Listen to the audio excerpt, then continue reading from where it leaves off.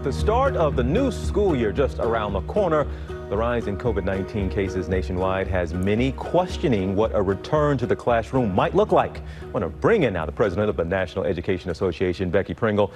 Ma'am, thank you so much for being here. Good to have you back on the show. And we talk about what it's going to look like, but it's not going to look like, in you all's opinion, back to remote learning, is it? Well, first of all, it's good to be with you again, TJ. And it's hard to say in this moment, but I said this to you when I visited the last time, and it's actually been what I've been saying all year long. So I'm going to say the same thing. Right. You know, I am a science teacher. I taught science, middle-level learner science for over 30 years. And I've been saying all year, follow the science, follow the science. You would like to see every school child in a mask this fall? That is correct. We still have students who cannot be vaccinated. We're hopeful. They are running trials now, and we're hopeful maybe by December our younger students can get the vaccine.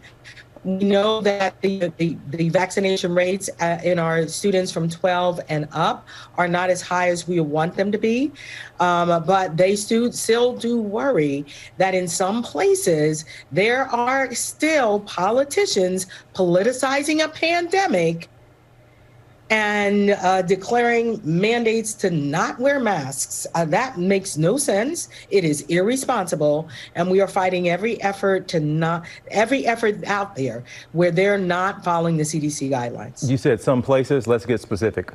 Texas, Florida. The governors there, you can't mandate it. They're not letting it be local. They're saying you cannot mandate it for your school, for your town. What do you tell the parents then?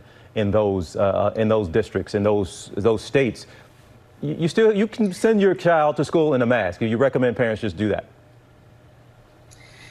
Well, TJ, what we're doing is actually working directly with our parents. One of the things we found over the course of the pandemic, we did several surveys, and our parents are depending on us. As educators, we are a trusted voice, and they listen to us, and they're depending on us to ensure them that the school we're asking them to send their students back to are safe. And so we're now depending on them to rise up and lift up their voices. If they have elected politicians who are not following the CDC guidelines, then they need to rise up and they need to speak out against that.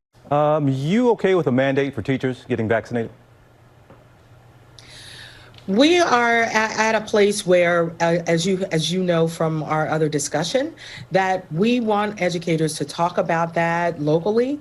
In many places, our educators have collective bargaining agreements, or they have MOUs, memorandums of understanding, that they have signed with their educators in that local. And what has worked really well this year, TJ, is the teachers and the district coming together and making decisions about how to keep their buildings safe and coming to agreement on what that is. So we are recommending that continue.